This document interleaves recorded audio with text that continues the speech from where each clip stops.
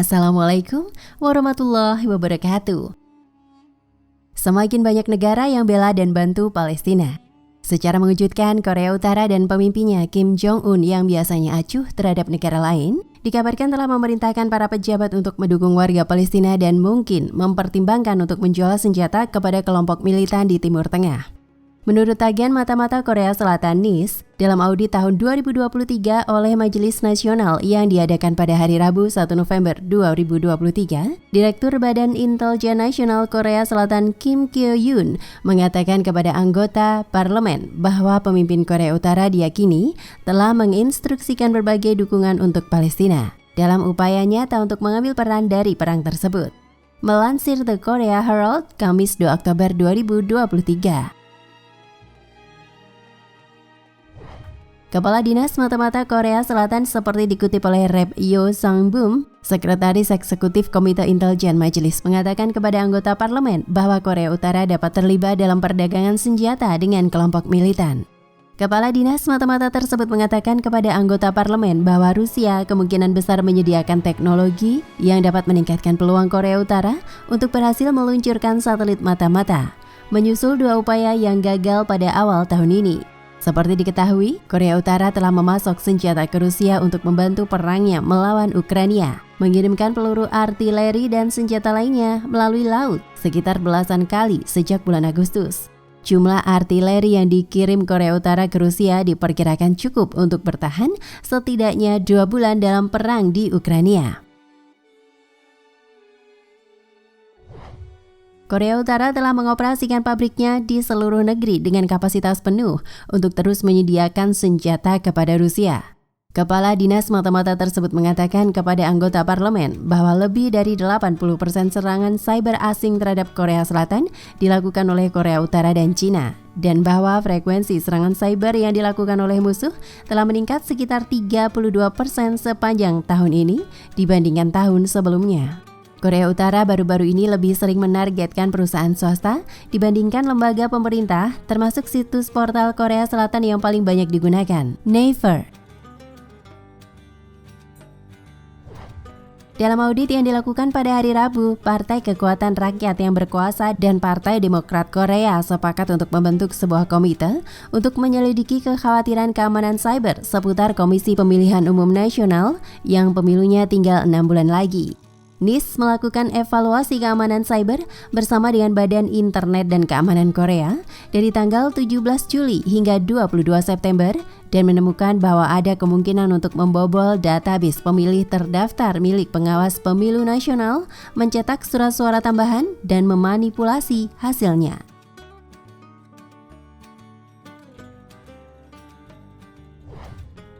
Bukti baru Kim Jong-un pasok senjata untuk Hamas. Bukti baru keterlibatan Korea Utara dalam perang Hamas dan Israel kembali terungkap. Agen mata-mata Korea Selatan mengatakan Kim Jong-un memobilisasi dukungan persenjataan untuk militan Palestina. Dalam audit tahun 2023 oleh Majelis Nasional yang diadakan pada hari Rabu, 1 November 2023, Direktur Badan Intelijen Nasional Korea Selatan NIS, Kim Kyo-yoon mengatakan kepada anggota parlemen bahwa pemimpin Korea Utara diyakini telah menginstruksikan berbagai dukungan untuk Palestina dalam upaya nyata untuk mengambil keuntungan dari hal tersebut. Dikutip dari The Korea Herald, Kepala Dinas Mata-Mata Korea Selatan seperti dikutip oleh Yoo Sang-bum, Sekretaris Eksekutif Komite Intelijen Majelis, mengatakan kepada anggota parlemen bahwa Korea Utara dapat terlibat dalam perdagangan senjata dengan kelompok militan. Sebelumnya, serangan Hamas ke Israel disebut ada campur tangan Kim Jong-un untuk bisa membombardir pertahanan Israel. Kelompok militan itu menggunakan roket buatan Pyongyang F-7. Laporan ini diperkuat dengan pernyataan terbaru dari militer Korea Selatan. Disebutkan rudal yang digunakan memang diproduksi oleh negara tetangganya. Seorang pejabat dari Kepala Staf Gabungan Korsel, GCF, mengatakan kepada wartawan bahwa jenis roket fragmentasi berdaya ledak tinggi yang digunakan dalam serangan 7 Oktober tampaknya diproduksi di Korut, tulis Nikkei Asia. Namun, pejabat tersebut tidak merinci apakah roket tersebut diberikan langsung oleh Korut atau melalui transaksi yang melibatkan negara lain, tambahnya. Nikkei Asia juga mengutip pejabat jika perlu artileri yang ditemukan dekat perbatasan Israel merupakan milik Korea Utara. Adapun sejumlah senjata buatan Korea Utara sudah ada di Iran dalam waktu lama. Ini diungkapkan mantan duta besar Israel untuk Korea Selatan, Aki Fator. Kami akan menghancurkan senjata-senjata ini di Gaza, tambah Thor. Korea Utara diketahui memang mendukung Palestina. Penggunaan senjata asal Pyongyang oleh Hamas juga tak terlalu mengejutkan para analis. Pasalnya, Kim Jong-un punya sejarah panjang dalam memasok senjata ke Hamas dan Hizbullah, kelompok proksi Iran di Lebanon. Perwakilan khusus untuk keterlibatan Suriah tahun 2018 hingga 2020, James Jeffrey, menjelaskan Korea Utara telah lama mengirimkan senjata serta pengetahuan teknis pada kekuatan radikal di Timur Tengah.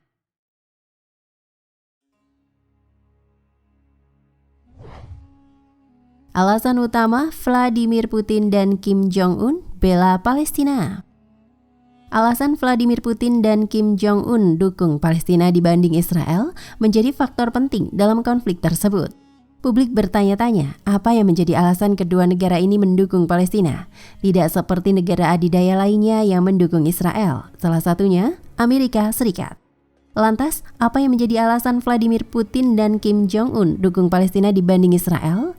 Melansir Middle East Monitor, dia mengatakan bahwa dukungan Rusia kepada Palestina tidak berubah seiring berjalannya waktu pada sesi pleno Pekan Energi Rusia di Moskow.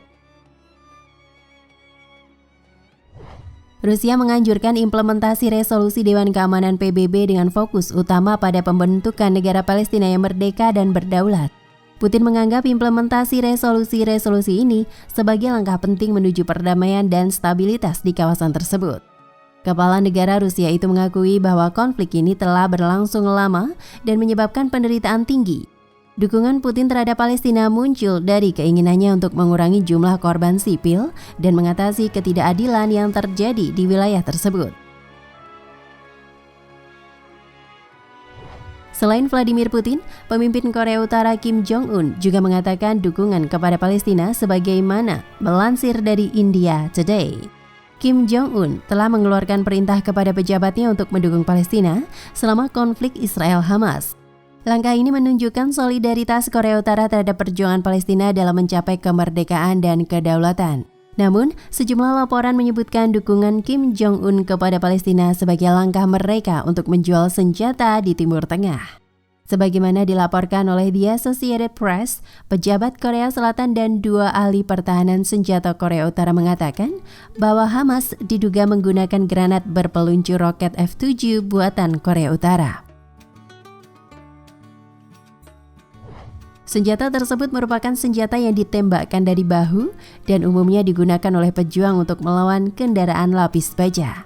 Pyongyang menyangkal klaim bahwa Hamas menggunakan senjatanya dan menggambarkannya sebagai rumor tak berdasar yang didalangi oleh Amerika Serikat. Kementerian Luar Negeri Korea Utara juga menuduh Israel melakukan serangan udara terhadap rumah sakit Al-Ahli Al-Arabi di jalur Gaza. Hal ini menyatakan bahwa Israel telah melakukan kejahatan perang di bawah perlindungan Amerika Serikat. Demikian alasan Vladimir Putin dan Kim Jong-un dukung Palestina dibanding Israel.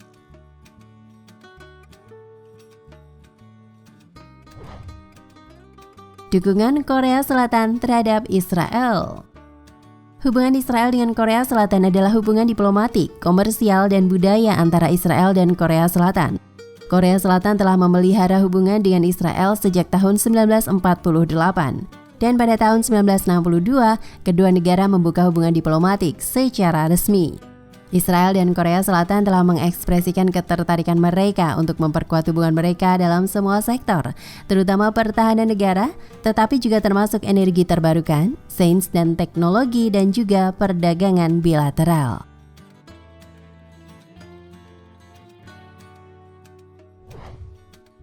Sebelum Perang Korea, Korea Selatan dan Israel secara resmi membuka hubungan diplomatik mereka pada 10 April 1962. Namun sebenarnya hubungan keduanya telah dimulai langsung setelah pecahnya Perang Korea Selatan pada tahun 1950. David Ben-Gurion, Perdana Menteri Israel pada waktu itu, mendukung pengiriman tentara Israel untuk berperang bersama Republik Korea. Tetapi partai politik Mampam menentang keputusan tersebut karena lebih menyokong hubungan mereka dengan Korea Utara daripada Selatan. Sebagai jalan tengahnya, bukannya mengirim pasukan, pemerintah Israel mengirim $100.000 dalam bentuk obat-obatan dan makanan kepada pemerintah Korea Selatan. Hasil perang Korea Selatan memperkuat hubungan antara Israel dan Korea Selatan. Israel menggeser kebijakan luar negerinya dari tidak teridentifikasikan menjadi berpihak dengan Amerika Serikat dan PBB. Hubungan keduanya dimulai dalam waktu kurang dari 2 tahun setelah berdirinya kedua negara.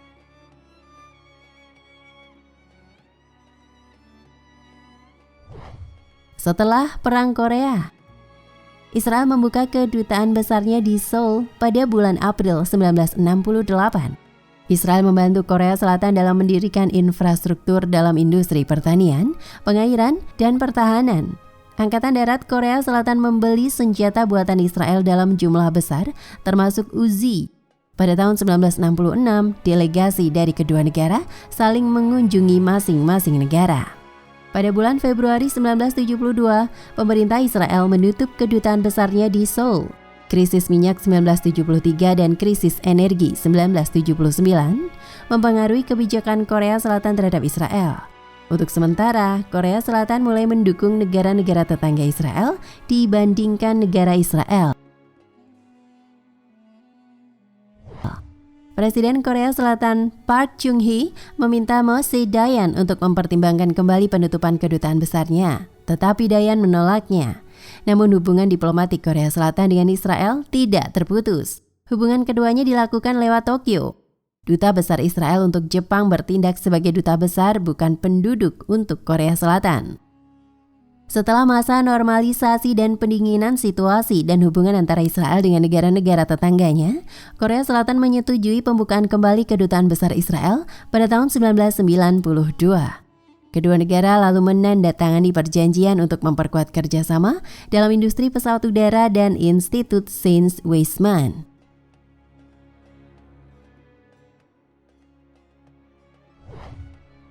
Ekonomi.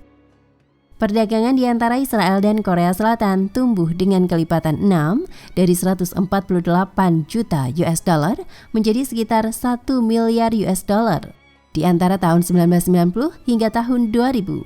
Dalam satu dekade, Korea Selatan menguasai 15% dari pasar Israel untuk mobil impor dan 20% untuk telepon genggam. Ekspor Israel ke Korea Selatan juga berlipat ganda pada periode yang sama. Pada tahun 2001, Korea Selatan dan Israel menandatangani perjanjian untuk membentuk sebuah pendanaan penelitian dan pengembangan untuk pengembangan produk-produk baru. Sejak musim panas tahun 2010, sebuah acara tahunan, Konferensi Bisnis Korea yang ditunjukkan untuk menambah aktivitas bisnis antara Israel dan Korea, termasuk perdagangan, investasi, dan persekutuan bisnis. Konferensi ini dibentuk oleh Itzik Yona, CEO dari Yonako Group, bekerja sama dengan Institut Ekspor Israel. Salah satu dampak besar dari konferensi tersebut adalah peningkatan kesadaran akan kemungkinan untuk saling berinvestasi antara kedua negara. Dampak langsung lainnya dari konferensi tersebut adalah untuk pertama kalinya sebuah dana modal Ventura Korea diinvestasikan dalam perusahaan Ventura Israel dari Rehovot.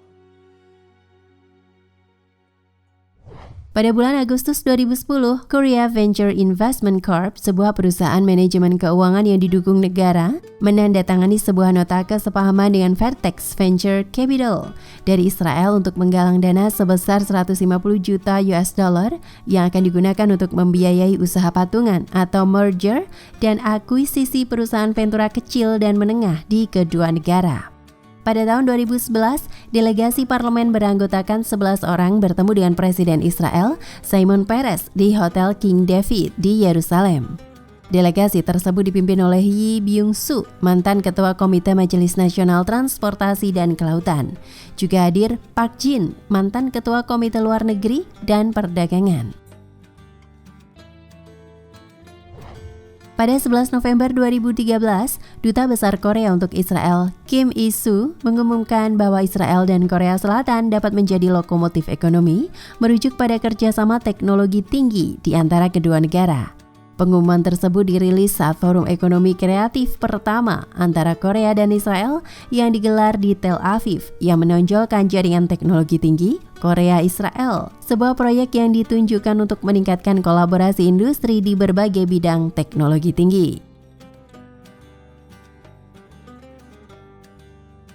Nah, pemirsa Ensiklopedia Al-Fatih, sampai di sini perjumpaan kita kali ini.